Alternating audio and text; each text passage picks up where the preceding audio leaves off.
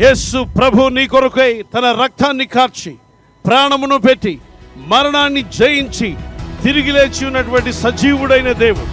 ఆయన ఈ లోకానికి సర్వ ప్రజలకు పాప క్షమాపణ ఇచ్చే దేవుడు. ఈ లోకంలో ఉన్న ప్రతి ఆత్మకు రక్షణ ఇచ్చే దేవుడు. నీ శాపం పోవాలంటే యేసుని నమ్మాలి. నీ పాపం పోవాలంటే యేసుని నమ్మాలి. నీ మనసు మారాలంటే యేసుని నమ్మాలి. నీ రహస్య పాపాలు బహిరంగ పాపాలు మనిషిని పాతాళానికి నరకానికి ఈడ్చుకుపోతాయి. అయితే ఆ నరకము నుండి తప్పించడానికి యేసు శిలువలో రక్తమును కార్చి ప్రాణం పెట్టి మృతుల నుండి తిరిగి లేచాడు.